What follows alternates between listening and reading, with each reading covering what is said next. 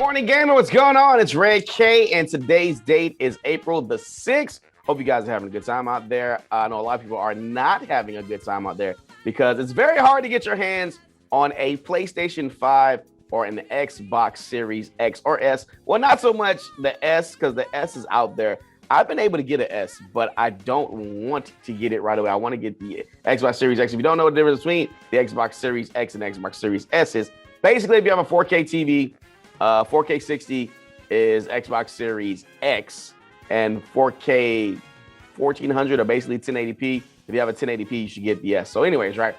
Either or, it's been hard to get these games, these systems, consoles, and we're getting a little reason why. Of course, the scalping is a big problem, right?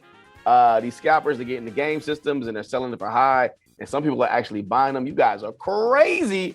I'm not doing that. I'd rather just rock with the PS4s and the Xbox Ones, right? Well, I do have a PS5. I was able to get one of those, not a Series X yet, but we're discovering that a driver chip shortage could be the reason why we're not getting enough PS5 and Xbox Series X's to go around. But it's not just the Xbox Series X's and the new consoles. It's pretty much everything. So a Bloomberg report says that a fairly simple function that these LCD panels do, basically it turns them off, at least compared to those functions of the vast, more powerful, complex devices that are inside the TV. This display LCD panels, right? They're really inexpensive. So these little chips that go inside your TV, your systems, anything pretty much with a LCD panel or a digital panel, right? They cost $1. $1 to make, and a shortage of them is the reason why we've had a shortage on consoles, on TVs, and a bunch of other tech stuff. So, yeah, they're working on that right now. You would think it wouldn't be very difficult to make because of how inexpensive this driver chip is, but it's proven to be extremely costly, and not costly, but costly in the sense that we're not able to get these systems out. So, yeah, a driver chip is the reason why we have not been able to get the PS5s and Xbox One. So I'll give a couple dollars if they need it from me to get these things going. But it's hard to manufacture them when you can't get the plant open. So I understand that. So that's the thing. And we got to talk about Monster Hunter. Monster Hunter it's Rise, which came out for the Switch not even a week ago. It's about to surpass 5 million units worldwide, which is crazy because Monster Hunter World is sitting somewhere like 6-7 million, right? But that's on multiple. Monster Hunter World came out on the Switch. Monster Hunter World came out on the PlayStation and the Xbox. And in the first couple of days, they had about 7 million. And like in first month, they had about 7 million, right? Monster Hunter Rise, only on the Switch, is about to surpass 5 million units probably by tomorrow. And it's only on the Switch. So that's a major, major, major good look. So Monster Hunter Rise sales officially surpassed 5 million units worldwide. Capcom shared the information through a recent press release. Matter of fact, Capcom is doing their spring update. We're probably going to get to see Rose, and we're probably going to get to see maybe Akira. I'm not sure about that one, but definitely we'll see some Oro because it's been teased already. So Capcom hopefully cleaning up its act, especially in the fighting game community, but that's just my hopes and dreams. So Capcom credits most of their success to Monster Hunter Rise to the extremely positive reception to two available demos received prior to official release. And the game is just massive. So previously announced, Monster Hunter Rise sales had surpassed 4 million units in 3 days. The domestic markets contributed for about 1.3 million, but worldwide, you got people love this game, man.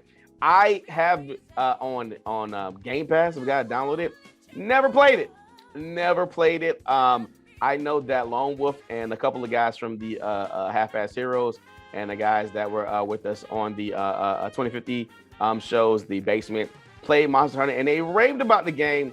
Never got to play it. I never had the time, but yeah, a lot of people are, and it got online functionality too. So Monster Hunter Rise, if you're playing it, let me know. Is it great? Is it beyond great? Are you having the greatest time of your life? Let us know in the comments. Also, I wanted you guys to know that this show is also on the Facebook It's also on YouTube page as well. And we're not doing too much on Twitch yet, except for the live streaming, of course, when we do the game. So definitely go ahead and follow us on YouTube and Facebook and Twitter. Wally Mob Gaming and Main Menu are the pages that you can get us at. All right. So good morning, FGC. What's going on? It's Red K. And we got a lot to go into. So yesterday we teased the fact that Virtua Fighter 5 was coming back as a new thing. We said Harada might have something to do with it. But unbeknownst to us, we got word from the Guilty Gear Strive developers, Arc System Works. So we're going to go see what they had to say right here. They're letting us know what they saw and what they didn't see during the beta. So this is going to be the second open beta that's coming out. It's confirmed, and they're saying the things that they liked and didn't like in the beta. So the second beta definitely going to change the lobby. So the lobbies are not going to change. If you didn't like the pixelated graphics, that's not going to change. What's going to change is the functionality. Like I said before, if you were in the lobby and you tried to look at somebody's player card, it literally took an hour for that thing to load.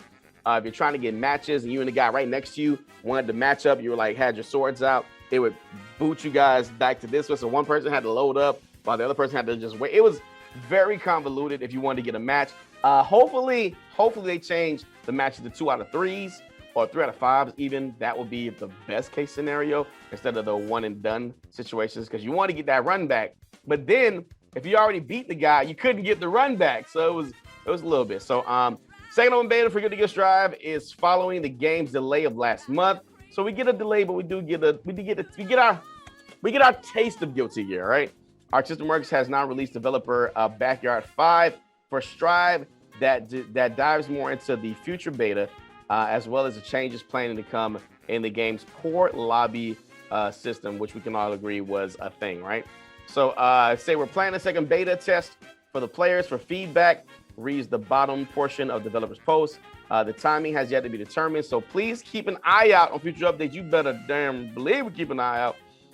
Considering Strive's new June 11th release date, Arc System Works would probably hold this bonus chance to get your hands on the game early May, which is what me and Lone Wolf said previously. So some of the changes coming to the that they're doing right now with the time that they're having to delay the game. So changes to the system where players selected invisible where the areas want to have a match. So that's like, you like I said, that you press the one that chain mat and they would take you from the floor right here to the floor way down here, and it was just frustrating. After winning a match, a player stays where they are in battle ready state unless their rating changes, which will go to another floor. So theoretically, hopefully, if you're after the match, if you stay in that battle ready state, then you can get the rematch. So hopefully that's adding a rematch option, exactly what it says right here. Matter of fact, it says it right here. So confirmed, one and dones are gone. So we'll be able to rematch the person. That's really all I want, right? Expanding the area in the lobby, adding options to hide news displays, and adding dash movements of avatars. These adjustments are likely to make Strive lobbies functional. Yes, we just want them to function. Similarly to the developers' previous titles, though it sounds like they're clearly sticking to the 2D multi-level stages. So hopefully, you'll be able to go through the stages, 1 through, I believe it was 8, and then the astral plane, which is like heaven, where all the professional players will be, all right? So it wasn't confirmed in the polls, but the release chart for Guilty Gear Strive appears to show that the second beta will once again be only available to PlayStation owners with digital pre-orders and 1-day early access. So that means that the people who are playing on PC, sorry, man. I guess find a friend that has it. And I also heard that they're going to be having all the other options open too, like the story mode is going to be explorable for a little bit, and the training, and even some of the challenge modes where some of the more advanced tactics are going to be used. So hooray for that, right?